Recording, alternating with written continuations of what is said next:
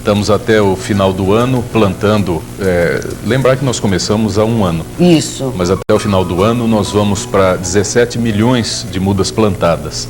Isso significa que um ano e pouquinho nós atingimos uma meta extraordinariamente ambiciosa, né?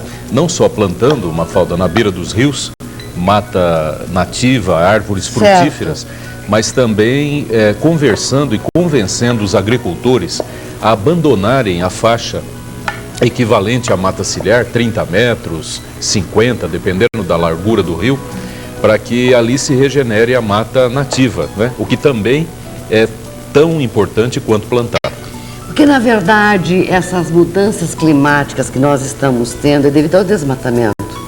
Olha, ontem saiu um estudo norte-americano mostrando o seguinte, que definitivamente há uma ação humana que faz com que o clima se altere. Porque até hoje todos nós falávamos, o aumento da queima de combustíveis fósseis, o CO2 no meio ambiente, faz com que o efeito estufa prevaleça, a Terra está esquentando, né, progressivamente, vai derreter as calotas polares, aumentar o nível dos oceanos, toda essa conversa que todos nós já conhecemos. Mas nunca ficou provado cientificamente, em modelos simulados, de que se não houvesse atividade humana, se isso realmente também não aconteceria, não é? Ou seja, se naturalmente isso está acontecendo. E ontem um estudo norte-americano, assim, absolutamente isento, muito aprofundado, foi publicado nas principais revistas científicas do mundo, trazendo esse tipo de constatação. O que, Mafalda, é mais ou menos como o cigarro, né? Quer dizer, se provou finalmente que isso faz mal, ou seja, que a atividade humana é danosa ao meio ambiente. Daí para você partir para um outro tipo de enfoque, que é o enfoque de criminalizar aquele que se excede, não é? É um passo. E isso é muito importante para a gente situar essa questão, não apenas no campo ideológico ou filosófico, mas administrá-la também conforme as leis e conforme, é claro, a necessidade do bem-estar que todos nós queremos. Doutor Sheida, aquele acidente do navio chileno lá no porto de Paranaguá afetou bastante, né? Muito, muito. Afetou bastante. Nós já estamos, foi no último dia 15, nós já estamos com 17 dias e ainda o navio ainda está babando óleo. Pouco, mas está bastante contido, o que sai é capturado, mas você vê que quase 20 dias depois nós não conseguimos ainda, e quando eu digo nós, não somos nós paranaenses, mas há empresas de vários lugares do mundo que estão estudando a forma de retirar os destroços de lá, para que ao retirá-los não aconteça um novo desastre. Em uma baía, que é a Baía de Paranaguá, que é uma baía restrita, é uma baía relativamente pequena. Agora, na verdade, numa época dessa, onde os paranaenses normalmente descem para as praias, né? Como é que fica essa situação de férias do paranaense que tem casas e apartamentos nas praias do Paraná? Olha, a recomendação que nós estamos dando é que todos acompanhem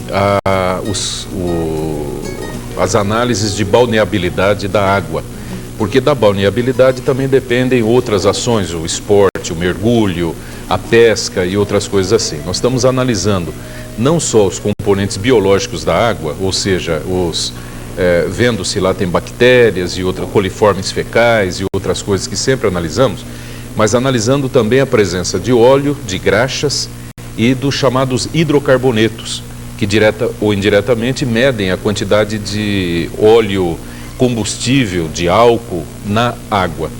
E analisamos 58 pontos ao todo.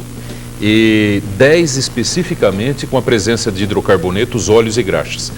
E o que tem nos mostrado, a segunda análise saiu ontem, então é um dado bastante recente, é de que as praias pesquisadas, que são aquelas praias onde costumeiramente nós vamos nos banhar, elas não estão afetadas, não estão. Isso não significa que continuará assim, porque a poluição é algo dinâmico. Se de repente bate um vento nordeste, por exemplo, joga esse óleo que está no mar hoje, lá em alto mar, para dentro da baía novamente. Certo. Mas hoje não há risco nesse sentido. Mesmo assim, Mafalda, como nós temos pesca dentro da Bahia, nós estamos proibindo a coleta de caranguejos, estamos proibindo a pesca, estamos proibindo o mergulho e o lazer, o esporte dentro da água, na Baía de Paranaguá. Mas está liberado Matinhos, Caiobá, Pontal do Sul, Praia de Leste, a Ilha do Mel. A Ilha do Mel tá? Sim, exceto a sua ponta oeste, que é 20% da Ilha do Mel, que essa está bastante afetada. Eu gostaria, nós estamos numa época de final de ano, hoje já é dia 3 de dezembro, estamos numa reta de final de ano. Eu gostaria de saber de você, que é secretário do Meio Ambiente, uma avaliação deste ano que está se findando, na tua secretaria. Quando a gente finaliza com um desastre desse porte, não é fácil fazer uma bela análise. Mas eu diria a você, ontem me perguntavam disso, e eu dizia o seguinte, que é claro, como na medicina, não é? De repente você atende um doente que se acidentou, não é? Você fez uma prevenção cardíaca nele, ele tem um bom teste ergométrico, ele está em dia com tudo, não fuma, não bebe, não faz nada errado, mas de repente enfia o nariz no poste, não é? Então o que aconteceu ali foi um desastre que ninguém esperava e que não dependia de medidas preventivas. Exatamente. Mas fora isso, Mafalda, eu acho que nós tivemos menos acidentes do que poderíamos ter. Por quê? Porque desde o início da nossa administração, a primeira coisa que fizemos foi um mapa de risco ambiental no estado. Ou seja, eu quis saber, e nós do Paraná não sabíamos, aonde é que pode acontecer os principais acidentes.